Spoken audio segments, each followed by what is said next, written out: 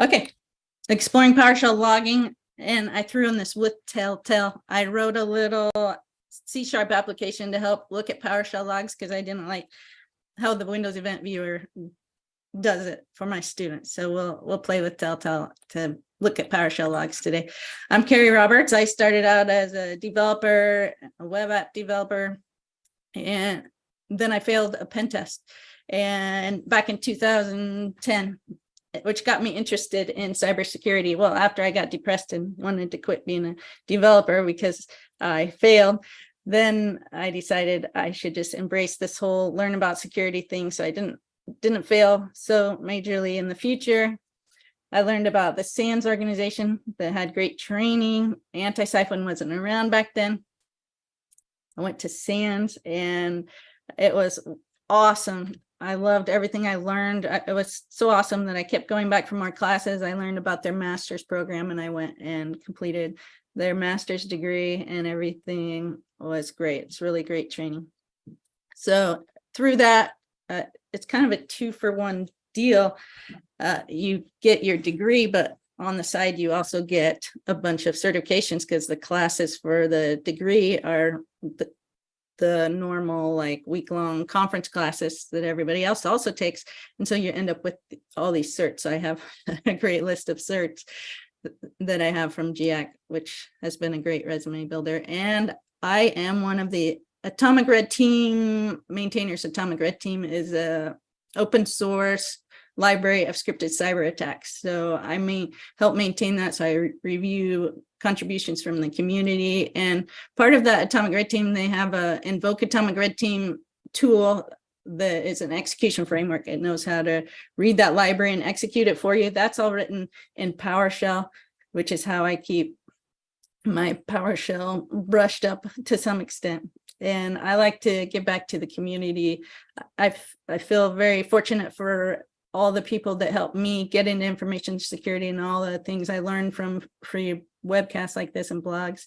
And so I do this to try to, as a way of saying thank you, really. And it's rewarding to help others learn as well. Oh, and by the way, after I did learn about security, I became a pen tester because breaking people's web apps seemed like a lot more fun than making mine work. So I did that, then moved on to full-time red teaming, and now actually blue team, which I never really anticipated I would move to blue team because I always wanted to be offensive security. But in my role on the blue team, I get to do attack emulation, so and then work on defenses. So that's really more of a purple teaming, a little offensive, a little defensive security. So it's been working out really well for me.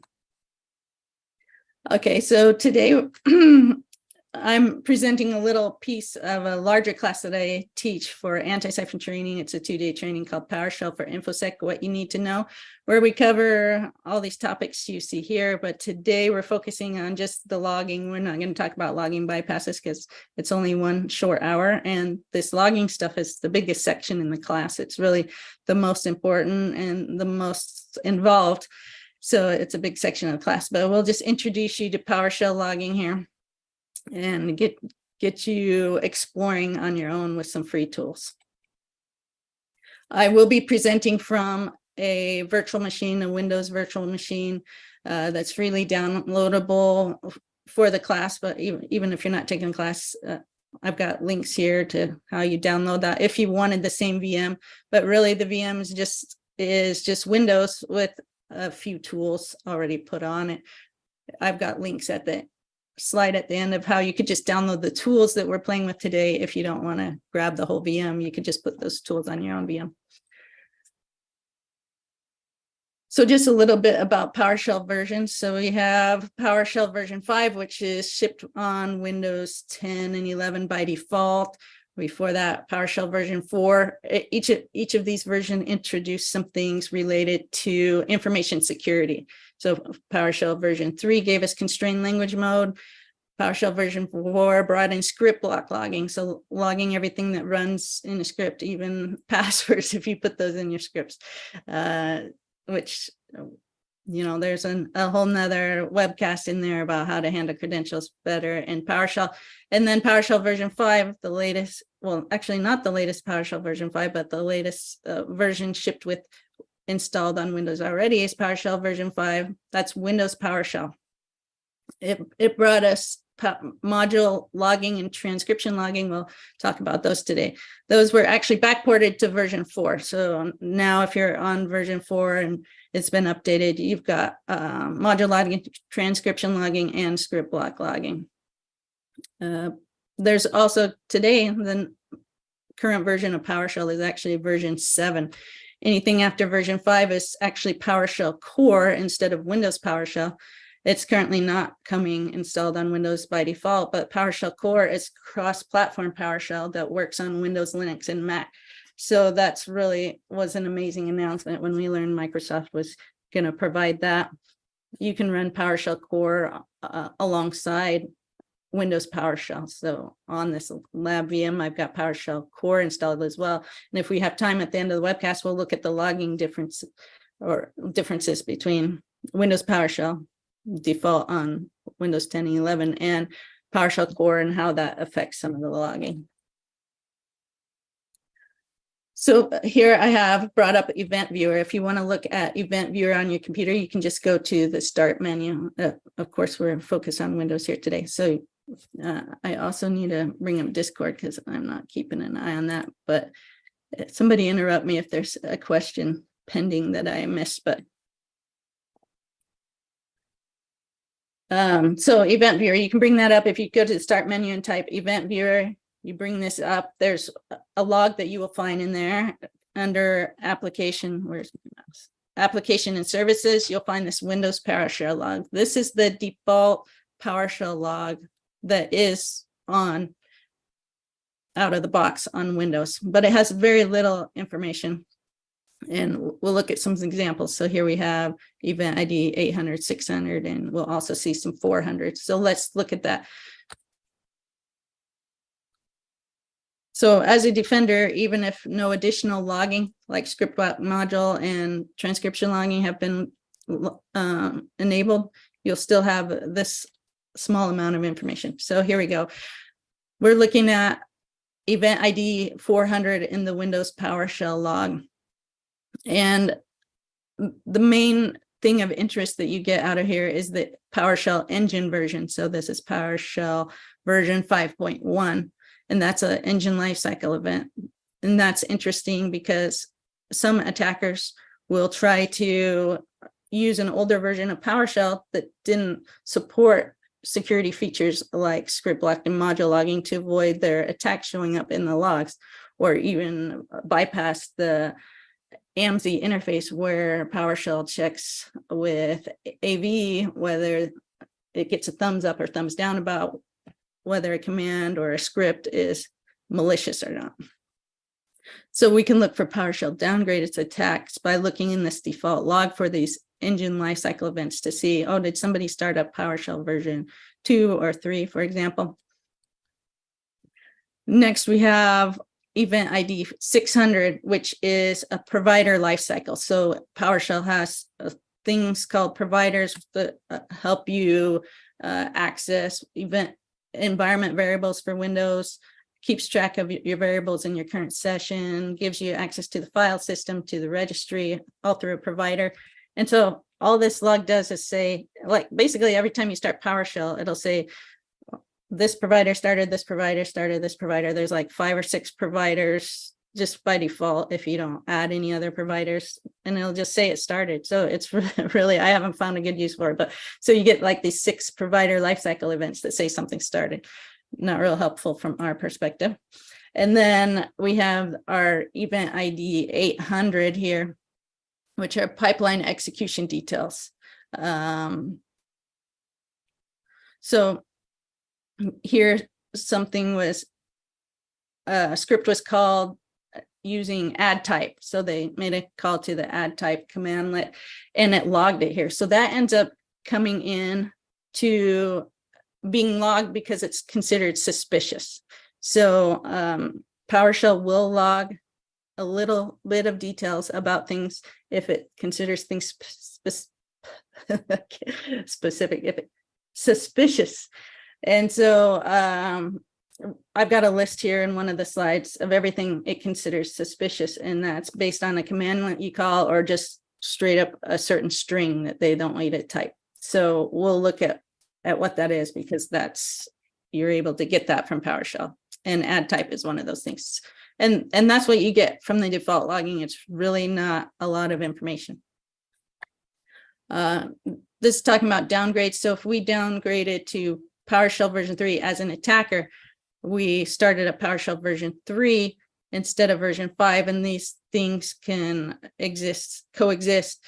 For example, a common thing was to start up PowerShell version 2, which really had none of these security features, and then attackers could run all their tools. So a downgrade attack would be starting up PowerShell version 2, which we could look for in our Windows PowerShell logs that we have by default.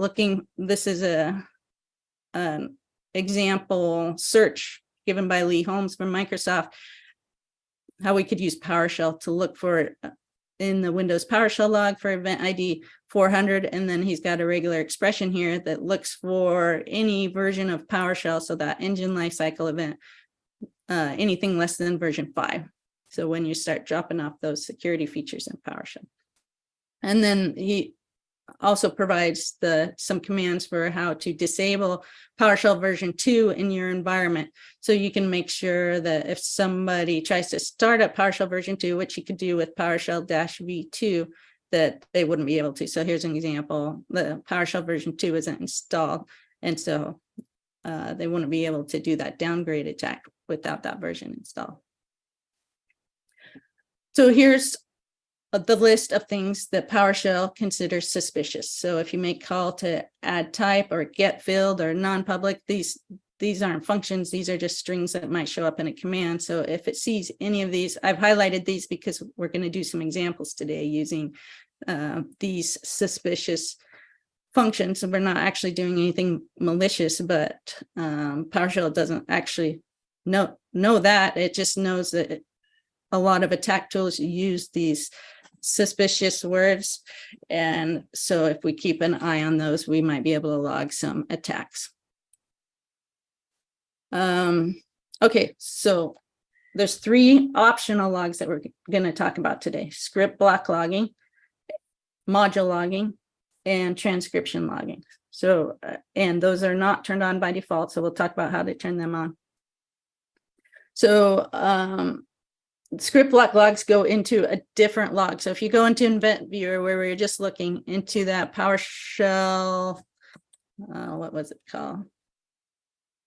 Into Windows PowerShell, you won't find these logs. You have to go into a different area of the Event Viewer in different part of the Windows event log. So you need to go into the PowerShell operational log. So not Windows PowerShell, but PowerShell operational. It's a bunch of different folders down in, which I'll show you. And so it logs commands, run script blocks, functions, interactive or automated. So, and then one thing to pay attention to when we're playing with logging, learn about logging, is it'll only log the full script block the first time you run it in your current PowerShell session. So for our purposes today, a PowerShell session is each of these blue PowerShell windows that we start up. So if we start up a PowerShell window and we run a script and then we run it again, we'll only get the first only the first log would have the full log of that script. So if we want to make sure we see the full log, we might have to start up a new PowerShell window to grab that again. So these are event ID 4104, our script block logs. So we'll see that when we're looking at the logs.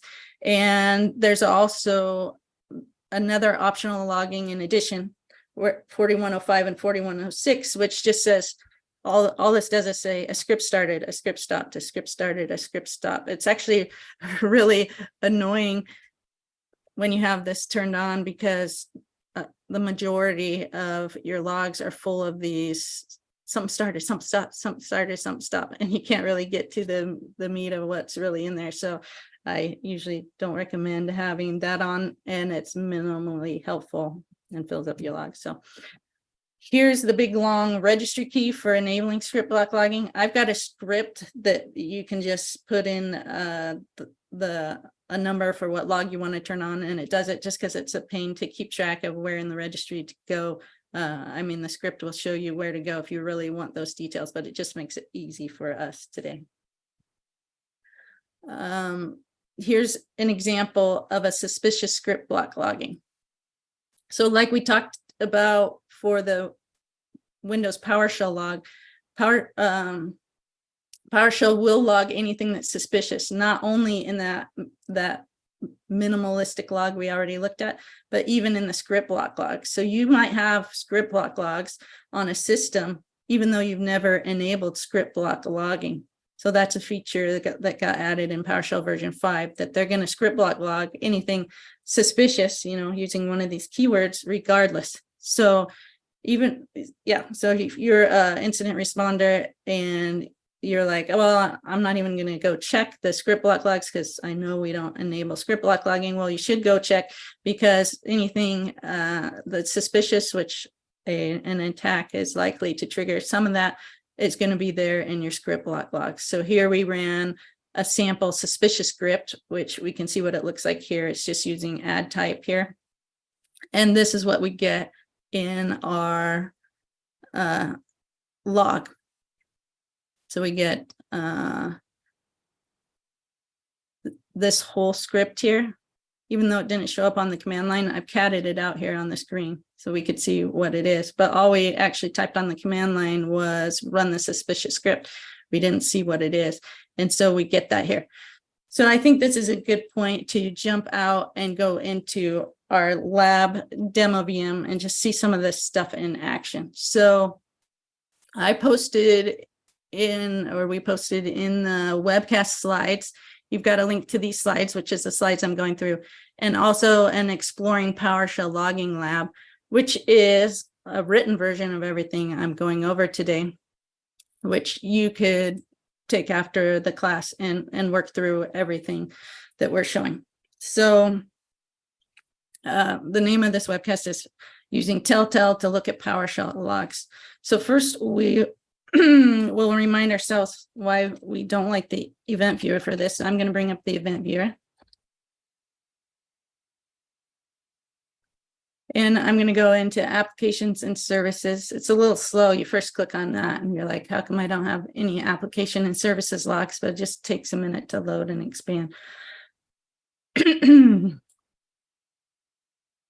Especially on a webcast. So here we have Windows PowerShell. So we look at that. And here's these 400, 600, and 800 events that we saw. And I want you to keep your eye on this area up here. So anytime a new PowerShell log is received, when you have the event viewer up, it'll show a little exclamation point up here and say there's new logs. So I'm going to move this down. So we'll keep an eye on that. We'll start up PowerShell. When we start up PowerShell, we're going to get an engine lifecycle event. We're going to get a bunch of these 600 provider lifecycle events as each of the providers start as we start PowerShell. So remember, keep an eye on this area here after 1749. So we start up PowerShell and it blocks our window. But okay, all we did was start PowerShell. Now we got an exclamation point, new events available. So nothing's been added here. There are new events, a bunch of, or at least a 400 and several 600s, but we can't see them because you have to manually refresh this. So we have to come over here and click refresh. And now we get our 400 and our multiple 600 for each of the providers. And so, I mean, it seems like a little thing, except that you get really sick of refresh when really you want to just tail the Windows event logs. So if you used the tail command in Linux, you can just say, I want you to follow the end of this file, and anything that's get added, just show it on the screen. So we want to do the same thing with the PowerShell log, so we don't have to run something and go refresh and run something, go refresh, run something, go refresh, which is why I came up with this TellTail application. There's links to download it from GitHub if you want to install it, but it's just similar to Windows Event viewer in what it actually displays, but it's hard coded to show you 3 different logs. So you've got the PowerShell operational log. This is where your script block and module logging will show up. You've got that Windows PowerShell log, which isn't, it's got those 400, 600, 800. It's not super helpful, but some helpful information. And then if you're using PowerShell core, you're going to get the same kind of logs that you get in with Windows PowerShell, except it's just in a different log. So you'll get those script block and module loggings, but they'll show up in a different location here, PowerShell core. And if we have time, I'll show that at the end of class or the webcast. So here we have nothing showing because we're just tailing these logs. So we would need to start a PowerShell again to watch something show up. So let's go ahead and do that. Close that window. We'll start a PowerShell. And let's put this over here and this over here. So we have in our Windows PowerShell log, we have our 400s and our 600s. If you click on any of these, you see the detail here. And so it's just kind of showing you the most applicable information for learning about PowerShell logging and what shows up in there. If we go over to our operational log, there are some event IDs. These aren't the 4104s or 4103s, but let's watch that. So also in GitHub, but I've downloaded to the lab VM here. We have some PowerShell samples, so let's play with those. Whoops, that is just not a very good view. Let's try this down at the bottom.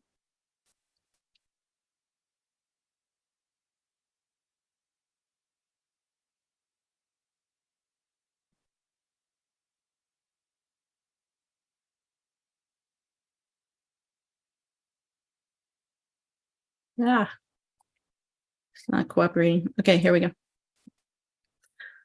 Okay, so we're on the operational log, the one that's going to show us our script block and module logging, but we don't have any non-defaults configured. So we just have a Windows default system here. So we're going to run a little script called 123, which just prints out some numbers to the screen and see if we get any logs. So we don't get any logs. So we could run several of these samples. We won't get any logs, but we do have this one log called suspicious script, which we saw in the slide. So I'm just printing this out to the screen with the cat command. We have defining a class called basic test, and then we're using add type to add that class. So Microsoft did research into what kind of functions and commandlets are really common in attack tools. Really, they're the more powerful features of PowerShell, and separated out. These are things that are really common in attack tools and not super common in just your everyday IT administrator scripts, and they call those suspicious and they log those. So if we run this, we're actually going to get something to show up in the PowerShell operational log, and in Windows PowerShell, we should get an 800 event here. So we'll watch that.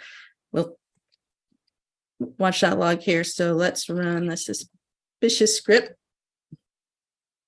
Okay, so it shows up at the top here. We've got I use color coding in this app. So yellow or shades of yellow, this is supposed to be dark yellow, the 4104, is a script block log. And blue or cyan is a module log. So we actually got a module log and a script block log, and those were logged because they're considered suspicious. So if we click on this 4104,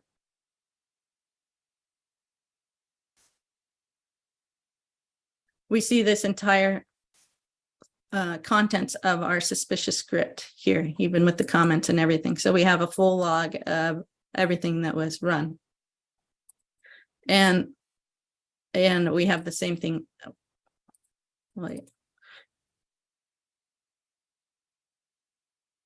For the module log, we just have recorded that add type module was called, or function commandlet. So we don't have the full content of the scripts, but we have the fact that add type was run. So that's just a gift that Microsoft is giving us, even though we don't have the PowerShell logging turned in. If we go over to Windows PowerShell, we do have our 800 event, also a suspicious log. We got it because we ran something suspicious, and it says pipeline execution details, add type, definition. That's really the only, well, looks like there's a little more details down here. So it looks like it's a copy of that module log we just looked at. So we do have that information. So TellTail is an application that just makes it easier to look through PowerShell event logs because we're watching them as they come in and we don't have to keep refreshing from the event viewer.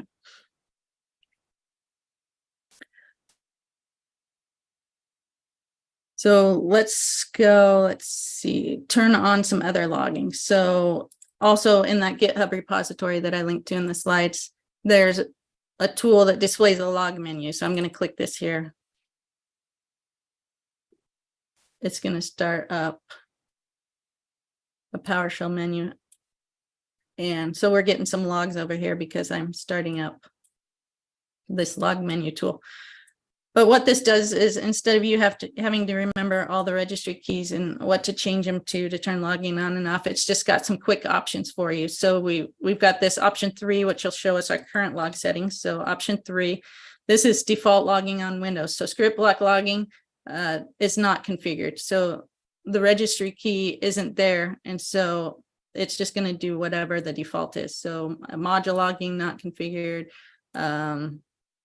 There's another registry key that controls which modules are logged. So if you turn on module logging, you can say, I want you to do module logging, but only for this module and this module and this module, if those get called. So you're defining specific modules to log and it won't log the other ones unless they're suspicious.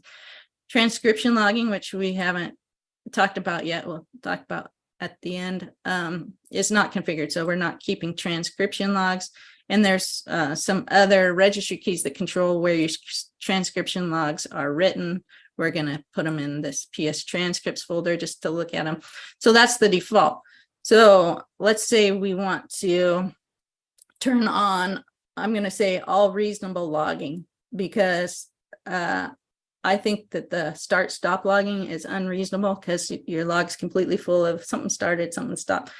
If you really wanted to play with and see all logging, like the start and stop logging too of scripts, you could turn on option 4 and then you probably want to turn it back off right after. But we're going to go ahead and enable all reasonable logging. So we're going to turn on script block, module, and transcription logging, but not the start stop logging.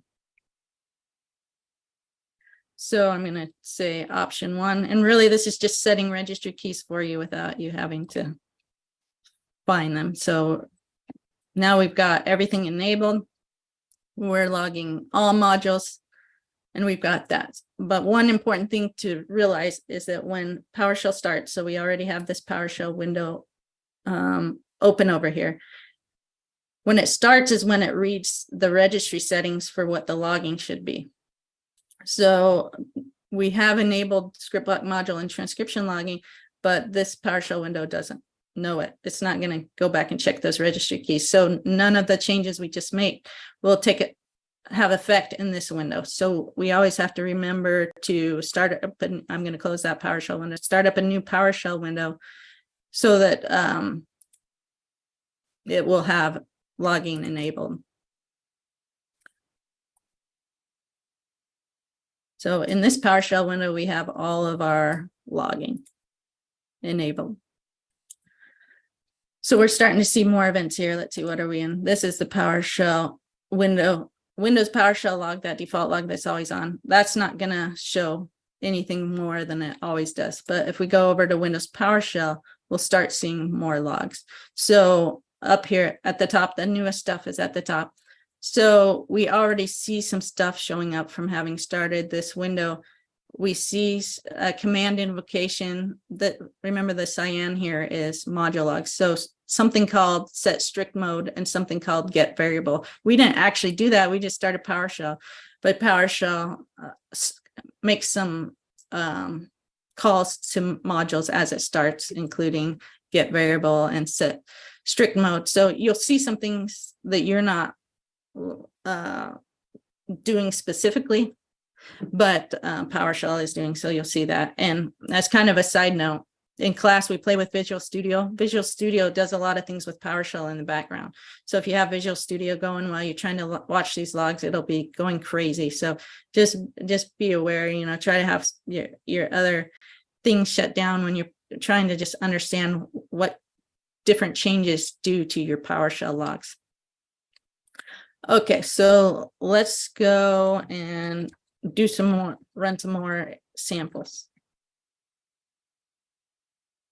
So as I was typing this, I pushed tab, and tab is like an autocomplete thing where it tries to fill out this path for you. When I did that, we see a log come in here. The resolve path was called. So PowerShell, this PowerShell window called a resolve path to try to figure out what to do when you push tab, what options you have. You know, there's a sample directory and it filled that in for me. So we start to notice these little things that are happening in PowerShell as we're watching the logs. So we're in the samples here. And let's see, we got some module logs saying console host read line. So we've got some read line stuff going on. We've got, we just ran this command cd into samples. So we see a lot of record of what we're up to. You know, envision that we're an attacker on a system doing malicious things, and as defenders we want to keep track of what they're doing. So cd is a alias for a function called set location. So that's why you see the set location being called, all because we changed directories. Okay, so we're in this. So last time we ran this script called 1234 and nothing showed up in our logs because it didn't trigger anything specific. Again, I just pressed tab. So we got some logs for resolving the path because I pressed tab. Now I press enter and we have several logs show up. So let's remember, the yellow is script block logs and the blue is module logs. So let's look at some of these. So we called write host. That's what my script does. It like writes host, and it writes 1 to the screen with a, you know, in cyan, which we saw here. So we have three numbers printed with write host in cyan. So we see that, we can see that in the logs here, exactly what the script was doing through these module logs. So another write host, but the value is 2, another write host, the value is 3, and cyan again. And then out default. If you look at that script, you won't see out default, but it's just something that the PowerShell window itself always calls out default to print things to the screen. So it's printing number 4 there. And so those are our 4 module logs. And then our script block log, let's see, one of these. Yeah, so this is the actual contents of 1234.ps1 that we ran. And so we see the whole script in the script block log.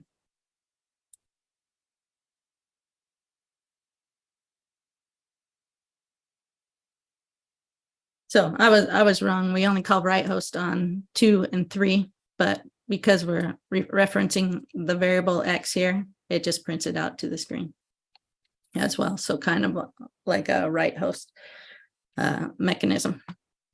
So we have great logs of all that stuff happening. Let's see, is there a question? Is there a way to export those events in TellTail to CSV format? No, currently no, not in TellTail, but you can export events from the event viewer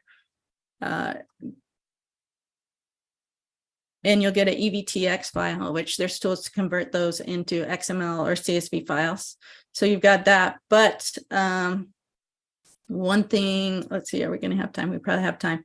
I do have a PowerShell script in the slides and linked to in the slides that will take script block logs and merge them together. So if you run a big script that doesn't fit in the size of each of allowed for each of these log events. It'll break it up and it'll say script block text up here. It'll say 1 of 20, 2 of 20, 3 of 20, 4 of 20. So it'll have the first part, the second part, the third part of this long file, this long script that was run. And you'll want to put those back together, and you don't have to click in there and copy it out either here or in the event viewer. So I've got a PowerShell script where you can give it a script block ID or a keyword that you want to look for, and it'll put all the multi-part messages back together for you. So we do have that linked to in the slides.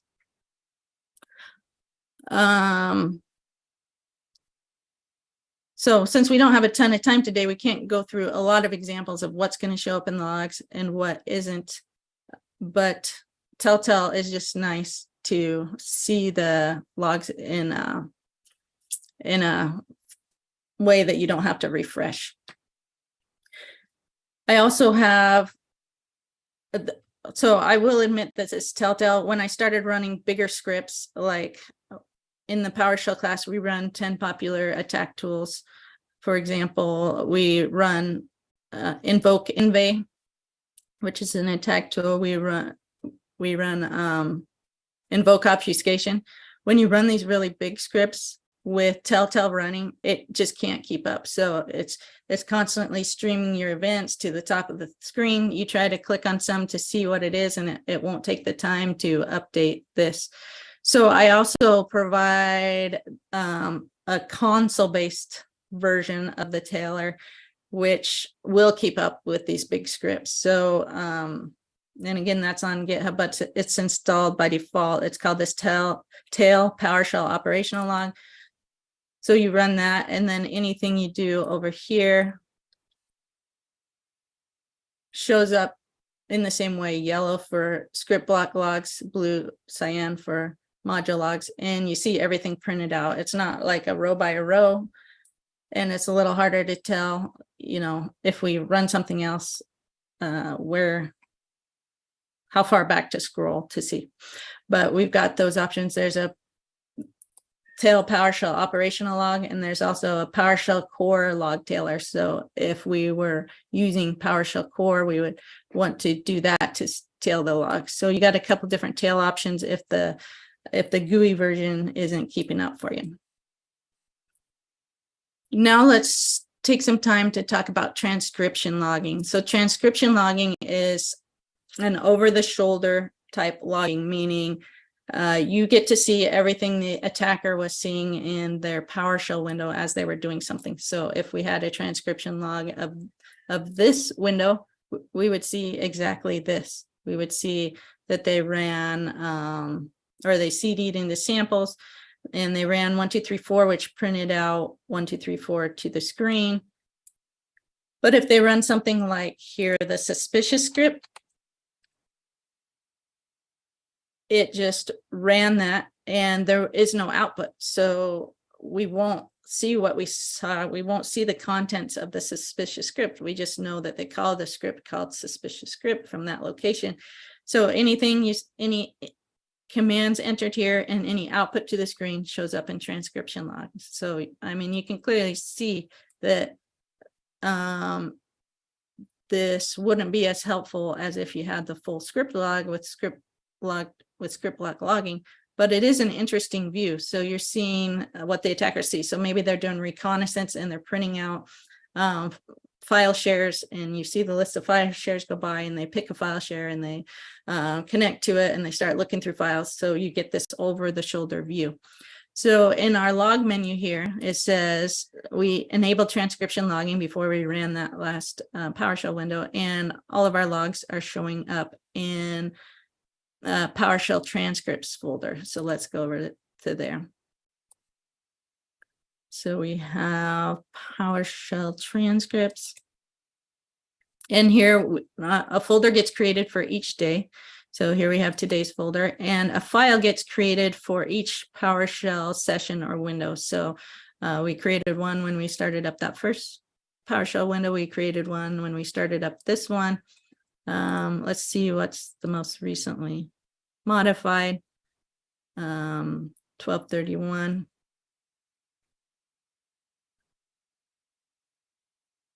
Okay, so here's an example of a transcription log. We have some kind of header information about the version of PowerShell that was running, but then we have the view, the over-the-shoulder view. So we have CD into our samples.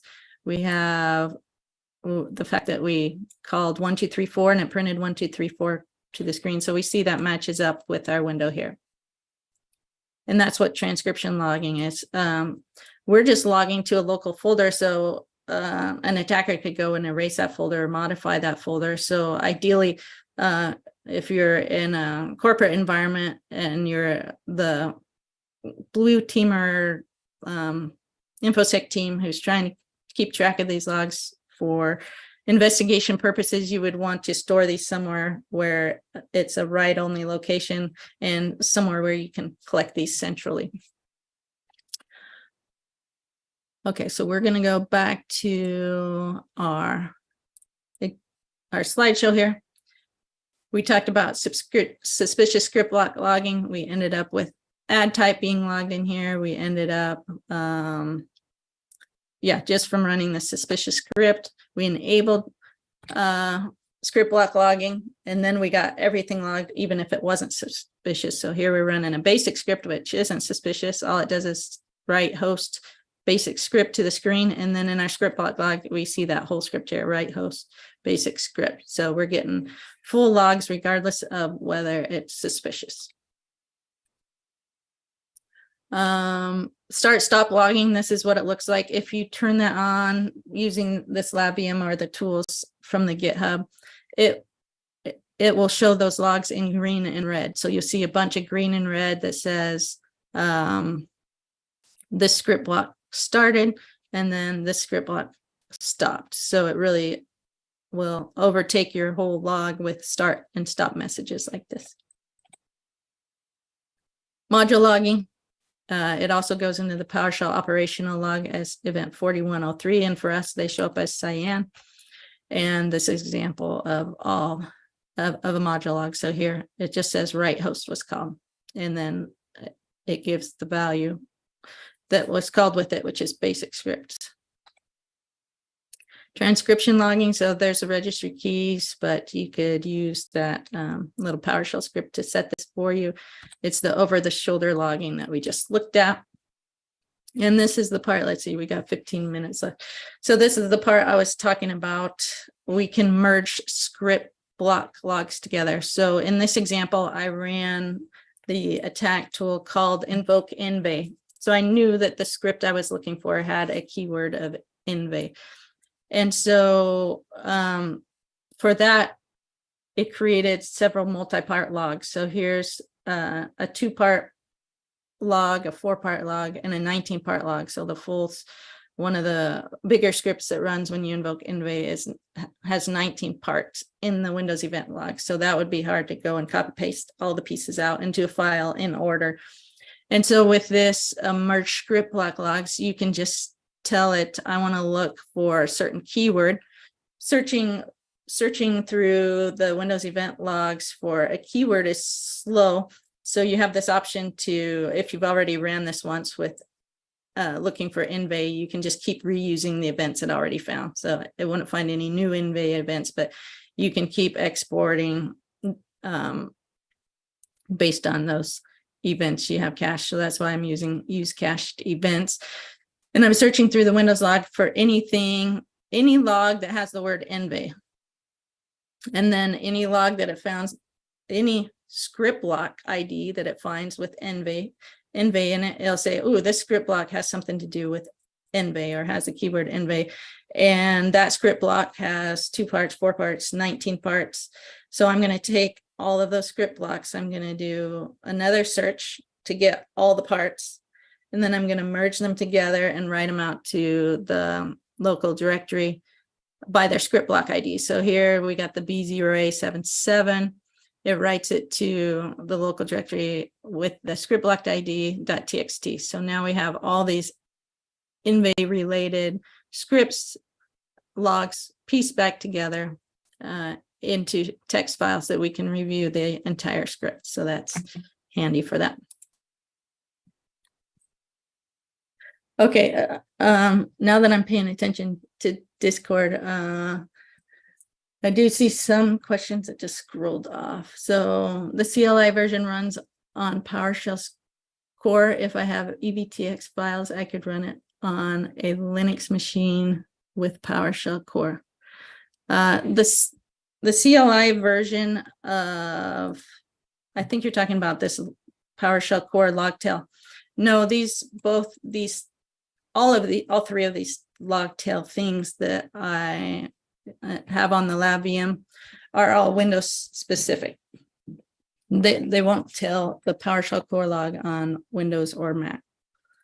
Carrie, if I can, I think this is related to a series of questions that have come up. I was saving towards the end, but okay. They're very interested in, is it possible to export logs off of one host and bring it into a host for like doing their research on? Yeah. And does TellTail allow you to import like that?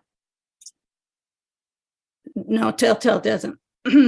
But you can export EVTX files. You can do that remotely with Windows PowerShell or PSExec, and you could bring those on, and then you could work with those. So this merge script we just talked about, you can add a parameter that says don't use the default Windows event log of the system I'm on, use this EVTX file. So that would be the EVTX file that you're bringing from your remote system. It doesn't really make sense to tell a log that you brought from another system because it's not live anymore. So there's nothing new that's going to show up. So at that point, you just want to view it. Then you can just open that up in Event Viewer and view it through there. But you can also access any of the events through when PowerShell modules. You can say search through this EVTX file and show me everything like in that example that has the word env in it or something, and show that. I think that answered those questions. Are there more? I'll save the rest for the end. Okay, well, we're about it then. Let me see. Okay, so get the tool. So on GitHub, you have TellTail. Again, a good point that somebody asked. These are Windows specific tools for playing with PowerShell logging on Windows, which is what we do in the class. The merge multi-part script block logs, that's handy. That will work on a live Windows event log, or you can point it to your EVTX that you grabbed from another machine to do that research on your own machine. And so this is just the wrap up, that this is just a little piece of the logging section that we do in my PowerShell for InfoSec class. And that's it. Oh, yeah. And I also teach an attack emulation tools class. You can go look up all the other interesting training that Antisiping training offers for a lot of great affordable classes, which I really appreciate. So let's go ahead with those questions.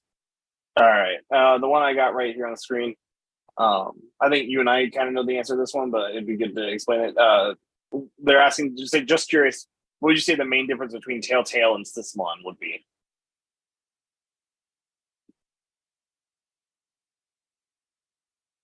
Well, tell me if I'm saying this wrong, but I don't think Sysmon shows or reads Windows event logs, right? Sysmon, no, it generates Windows event logs into the event viewer. I think the big thing is Sysmon kind of sits more solely in your EDR type solution. It uses a mini filter and pulls command lines out of as they're going into the processor from the Windows operating system. So it kind of sits in between there, whereas PowerShell logging is what TellTail is using, which is a different process altogether. Would I be correct on that?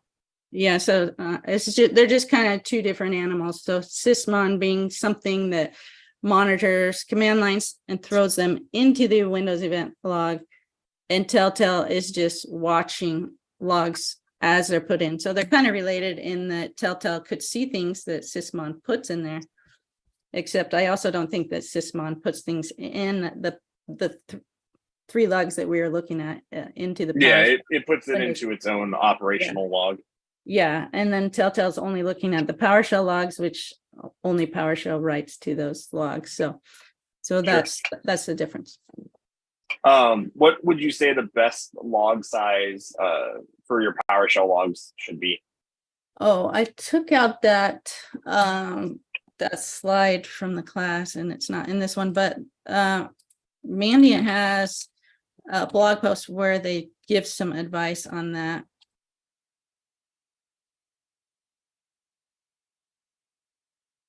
And I think it's this one. So, and one thing they say is as big as you can handle, but let's see. It's just, Yeah, for the most part, as long as your logs are operational, more is usually better. But at the same point, you can't be slowing down system resources.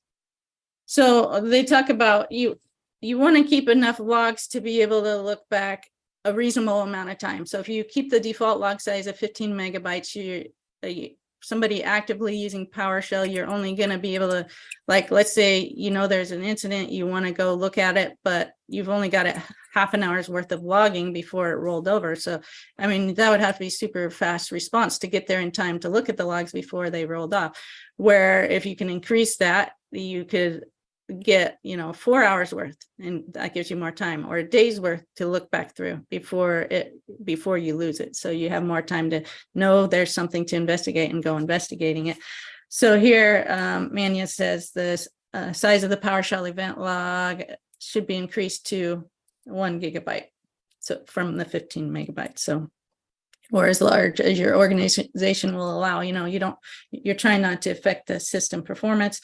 Storing things cost money one way or the other, and the size of equipment people need to buy are just in maintaining. So it isn't free. So it is a balance between what your organization can afford to keep or can't afford to not keep. So when they want to be able to investigate something, that you have to be able to have that balance. Like, yeah, this costs money, but we definitely need to know, up to a day's worth of information about what has been done with PowerShell during our investigations. So absolutely, and it is getting interesting where we're seeing organizations go to smaller SSDs now, because as we go to the browser, we just don't need that local storage as much. So it becomes more and more relevant as time goes on.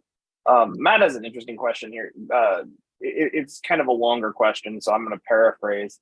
But White House Executive Order 14028 basically said that they need to turning on PowerShell log for all assets. But the main part of the question is, do you have a ranking somewhere of what PowerShell logs are more useful than others? Because they're getting swamped with logs and don't know what to look at. No, I don't have a ranking.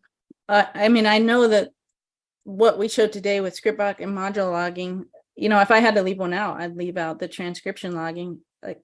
But with those two, you get a ton of information. But like you say, if I don't have the resources to hunt through that, or I'm never using those, what's really the value? So I think the recommendation I give would be to use what you learned today to just get familiar with what's being logged and what isn't, and what you could throw out and say, well, this really isn't interesting to me. I'm not gonna, the likelihood I'm ever going to use this is low. So I'm going to turn that off to narrow it down to a smaller log size that's the higher valuable stuff. And then you can play with popular attack tools. So if we go to the GitHub page that's linked to in the slides, I've got this folder called attack tools, and it's just a text file full of commands you can use. They're called download cradles. So it's a one-line PowerShell command. So here on line 5, if I take that and I paste that into PowerShell, it'll run Mimikatz from PowerShell, from PowerSploit, a popular attack repository. So it'll run that, and then you can see what logs are generated and which ones you would have to keep in order to know that was run. And then we've got Ninja copy, invade, keylogger, all these one-liners you can use to run, and then you can tail these logs. I would use the command line version for these bigger scripts to tell the logs and just start getting an idea of what are the important pieces that I need to keep to know that this kind of stuff happened and investigate this in my class. So that's what I have. Awesome. Let's see, let's dig through a few more here. Brett asks, like, do you often see active PowerShell usage during an incident response event where you'd be using TellTail? I'm trying to think when this would be used opposed to just pulling logs that are already existing on the system. TellTail is only for students to play with and learn about PowerShell. It's not something to use in, it's a student tool. So it help you gain like understanding of how it works and things that are going on in the back end of your system actively. Yeah, so you're Absolutely. playing around what gets logged, what doesn't get logged, what if I run a suspicious script, what if I don't, which log does it show up in of the 3 PowerShell logs. So it's not something to be used during incident response. It's not something to be used on a log you already pulled. So this is my first time introducing it, so I never even thought about how it might be perceived differently than I meant, which is here's how to learn about PowerShell logging. I'm playing with a log tailer called TellTail. So I'm sorry if that didn't come through in the demonstration, but it's just a student tool for playing with and learning about logging. Awesome. I did see, does the enable logging script that you demonstrated earlier have the functionality to manipulate the event buffer size? No. Is But that you could add that in feature so maybe? Yeah, I could definitely add that in. So under PowerShell for InfoSec, the tools, we have the logging menu itself, but then set PowerShell logging. So this is where you go through and you'll find me setting all those different keys for turning on and off script block logging, module logging and stuff. So yeah, definitely we could add in I could add in an option here for changing the size. Awesome. I see that there's a question asking where we can get the slides. The slides will be available at the links that we provided. They're both in Discord, and I believe they'll wind up in the description of the YouTube video. And those links will be good for quite a while, and you can use this to download the slides and the VM. Let's see here. So that one. Just a reminder about the VM. The VM is just a vanilla Windows VM with those tools already downloaded to it. That's really the only difference. Nothing big about that. So if you just wanted to play with those tools on your own Windows VM, you'd save yourself the time of installing. I'm just reading through the questions here real quick, getting a lot of thank yous and things like that.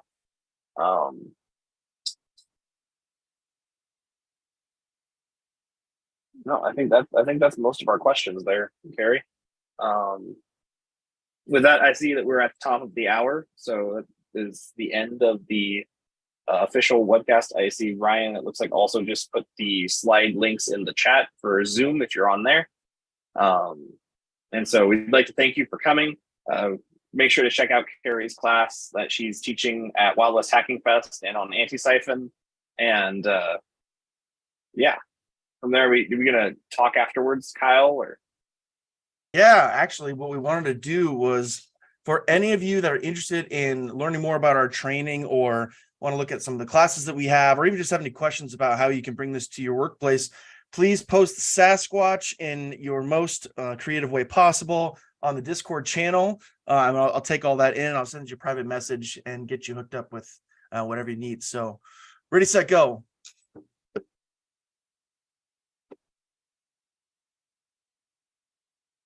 You got some people typing, I see.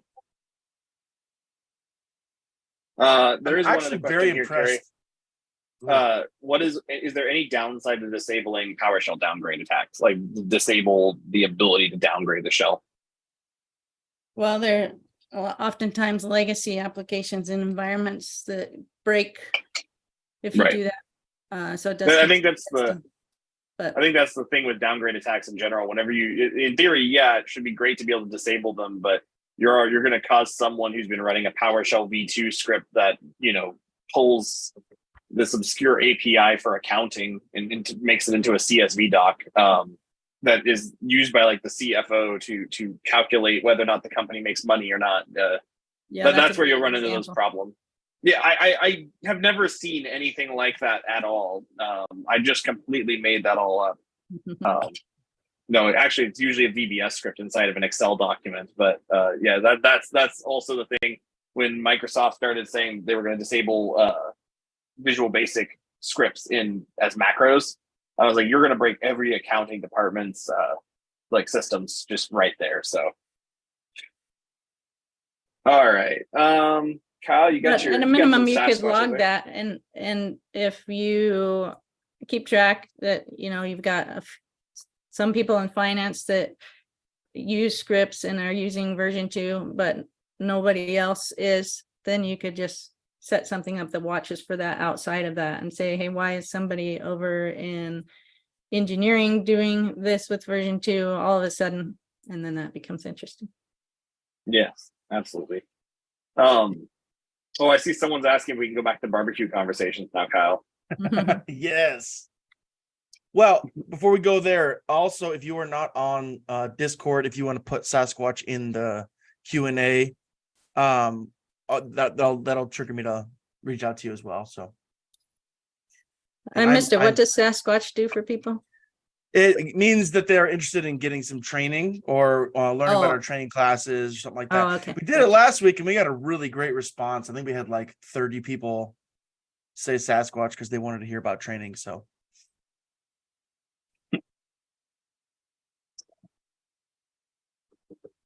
and there is a very, very wide range of Sasquatch gifts out there, apparently. How many anti-siphon training classes are there now? On demand, I think there's like 25 or 26. And about the same on live, but they're not all being run live. Not all of them are on demand either. So Anti-Siphon's currently got 27 live on demand. Speaking of live classes, Carrie, we have a person asking when your next run of your InfoSec live class or PowerShell for InfoSec is running. Yeah, unfortunately that isn't scheduled, but I do have the on-demand version. Both my classes are available on demand. And I really think that that's a great deal, those on-demand classes, because maybe not all of them, but on my classes, at least, you get lifetime access. So as things are updated, you receive those updates indefinitely and have access to all the slides and labs and updates going forward, which is something you don't get with the live classes. The live class, you get the recordings for 6 months or 6 months. Yeah. 6 months, and then you've lost it. This isn't as critical for the PowerShell class because we're going over some pretty fundamental PowerShell things that aren't changing every month. But in my attack emulation tools course, that's a super evolving space that needs constant updating. So for that class, you really benefit from having a constantly updated, up-to-date content. So with the on-demand. Awesome. All right. Kyle, you got anything else before we go ahead and shut this down? Yeah, just stay tuned for more info about the Snake Oil Summit coming up in December. Of course, Wildwood Hack. If you missed it in the beginning of the show, Wildwood Hacking Fest is filling up really fast. Like we might sell out in the next couple weeks. So if you're on the fence about it, now's the time to pony up, make that decision. So someone says, Kyle, what's your contract for training? For those who will be watching this later as we're recording, it depends. I'm not sure what you mean by contract, but we do have a on-demand course catalog subscription that you can, where you basically get access to all of the products and the cyber range. Or if you're just interested in one class, you make that class purchase and you get that for life, like Carrie was talking about. You get all the updates and stuff like that. So But yeah, shoot a Sasquatch in the messages, shoot me a private message on Discord, whatever you like, and I'll give you all the information you need. All right, thank you. Oh, contact, not contract. Gotcha. Dyslexia hits again. Yes, feel free to send me a private message or just put Sasquatch in there and I'll reach out to you.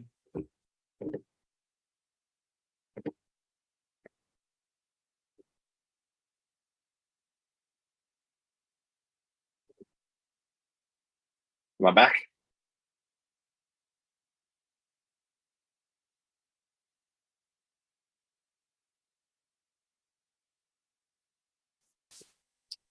I think Kyle, am I back?